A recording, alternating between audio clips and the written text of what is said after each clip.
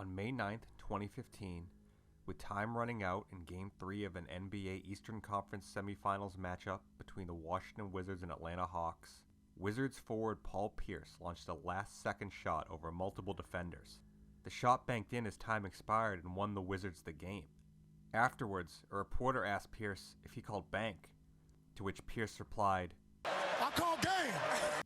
The greatest competitors just seem to know when victory is at hand. Almost 16 years earlier, on November 18, 1999, an IRS employee from Connecticut sat in front of 25.5 million viewers on the game show Who Wants to Be a Millionaire. He was just one correct answer away from history, and his host, Regis Philbin, read the question. The IRS employee had that same feeling Paul Pierce did, that feeling that he was about to put the game away. But unlike Pierce, he didn't call bank, he didn't call game. Instead, I'd like to call my parents right now. If you weren't around for it, I don't know if I can explain just how massive Who Wants to Be a Millionaire was. Except I'm going to have to do so to make any of this video make sense, so let's give it a shot. Who Wants to Be a Millionaire did not originate in America, but rather in England, the brainchild of David Briggs, Stephen Knight, and Mike Whitehall. The three of them combined to envision a game show unlike any other, where the contestant wasn't playing against other players or the clock. They were playing against themselves. The game was simple. The contestant is asked 15 multiple-choice questions of increasing difficulty, with the final question being for the million.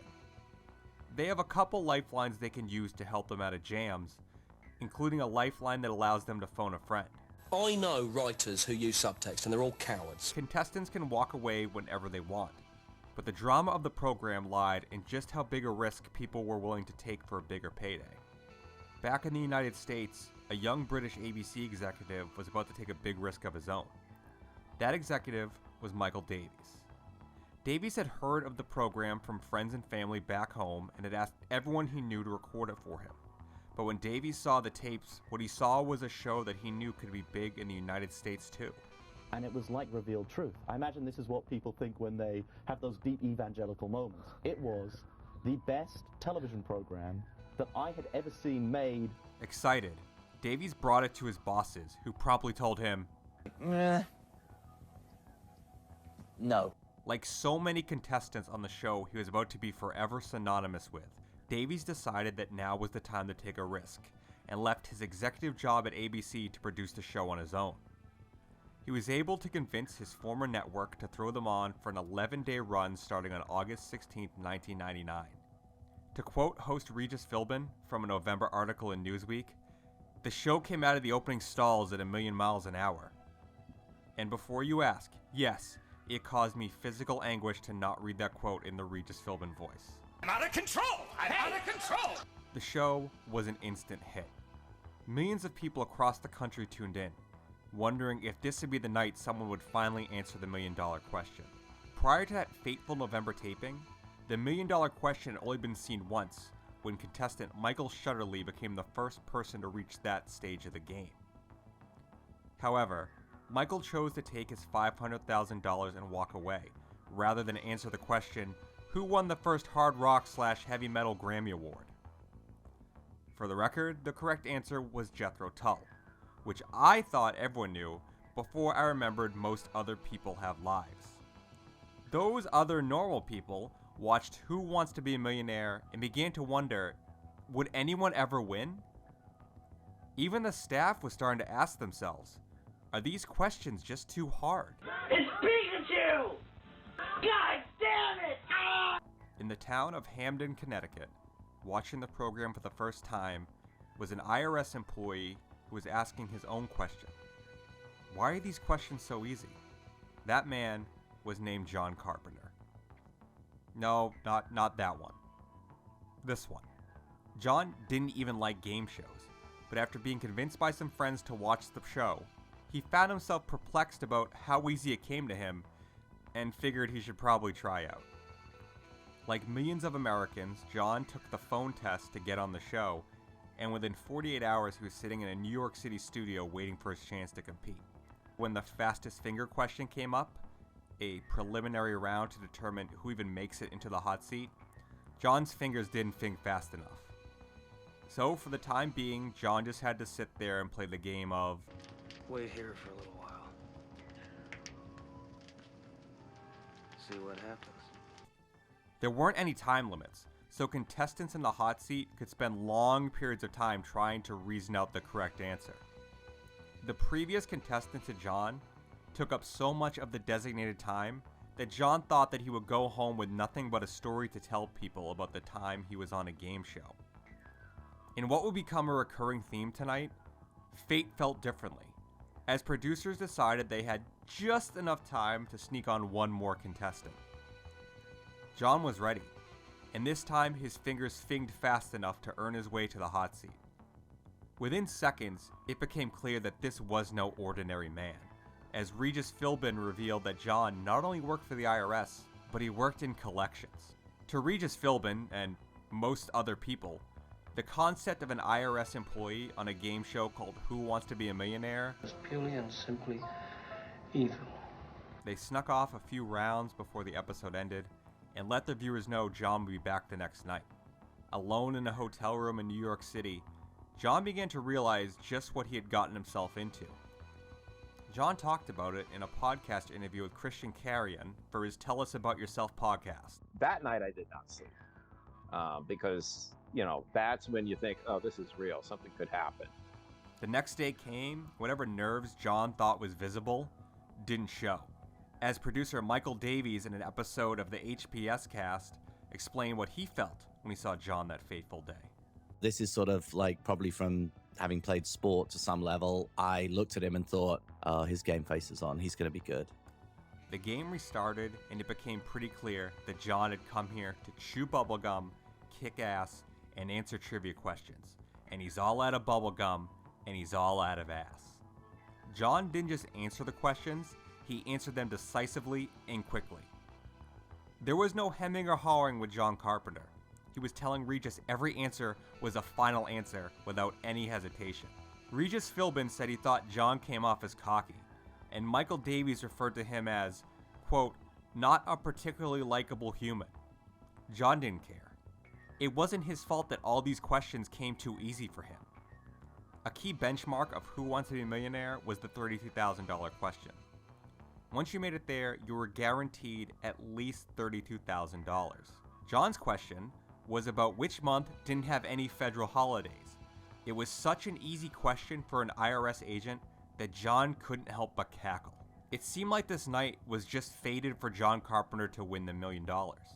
John even noticed little bits of confetti start to fall from the ceiling, but that was because coincidentally, the ABC sitcom Spin City had just taped an episode where Richard Kind goes on the show and wins. I know his character has a name, but Richard Kind is Richard Kind in everything to me. Even when he was wrong, he was right. At the $125,000 question, John was asked who developed the first effective polio vaccine. John got the question right, but his reasoning was off. I mean, I told a stupid story about, at Rutgers and there's a building named after him. Well, it wasn't either Saban or Salk. It was somebody completely different. Yeah, well, I mean, I got the answer right, but it wasn't for the reason that I thought I had it. So, in the blink of an eye, or more accurately, about 19-ish minutes, not including commercials, John Carpenter stood near the summit of television game shows, ready to climb its Everest. He looked at Regis and said, "Give me your best shot, pal. I could take it." Okay, he said something less cool, but you get the gist. The final question has become infamous in its own right, asking which US president guest starred on the show Laugh-In. John quickly asked if he could call his father. America waited with bated breath. John had gotten every question so far with such ease. Had he finally found something he didn't know? But what America didn't know was that before the question was asked, John had decided he better use one of his lifelines so as to not appear too cocky. Except when he saw the question, John instantly knew it, and in that moment decided to embrace the potential to do the funniest thing of all time. Hi, Dad. Hi. I don't really need your help. I just wanted to let you know that I'm going to win the $1 million.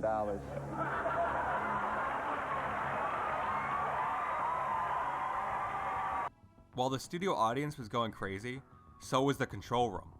As producer Michael Davies suddenly remembered, they never actually figured out what to say when somebody won the show. Davies described it on an episode of Pardon My Take. And Dennis McMahon, who was our runner at the time, was literally sweeping the control room. As I said, what is the greatest line in the history of sports that I can have Regis say? Because I knew what it would be in Britain, but in America I didn't know. And he said, oh, the shot heard around the world. So I said, shot heard around the world. So I literally wrote to the computer, the final answer heard all around the world. I wrote it in caps.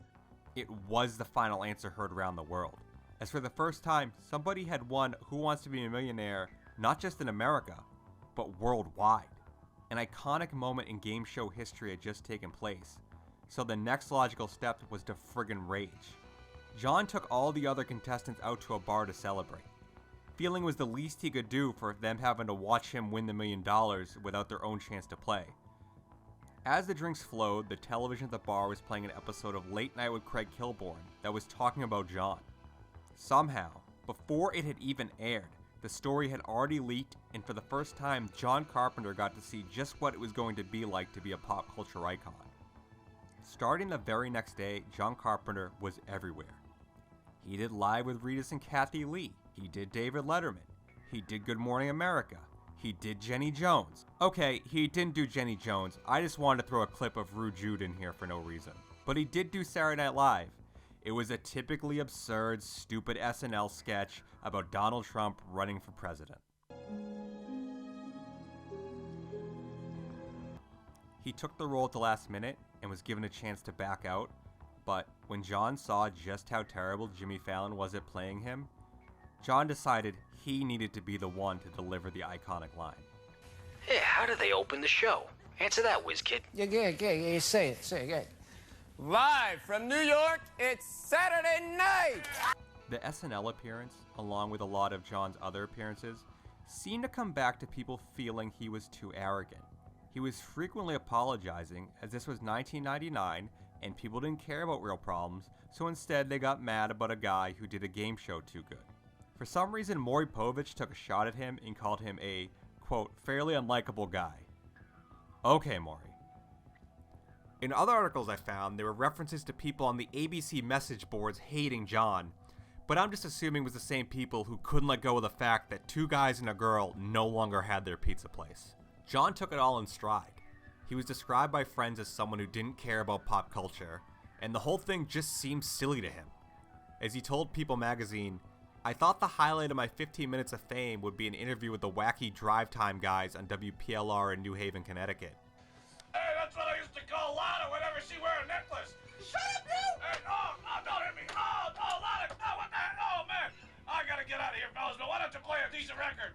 After the hysteria died down, John mainly stayed out of the public spotlight. He came back on Millionaire a couple times, including as a contestant. He did a couple other game shows. He wrote a trivia book. Most importantly, though, is he appeared as a recurring character on HBO's Oz. He played a contestant on the show within a show, Up Your Ante. I'm not even going to play you a clip of him on the show. I just want to make it clear that this guy right here appeared on a show where this happened.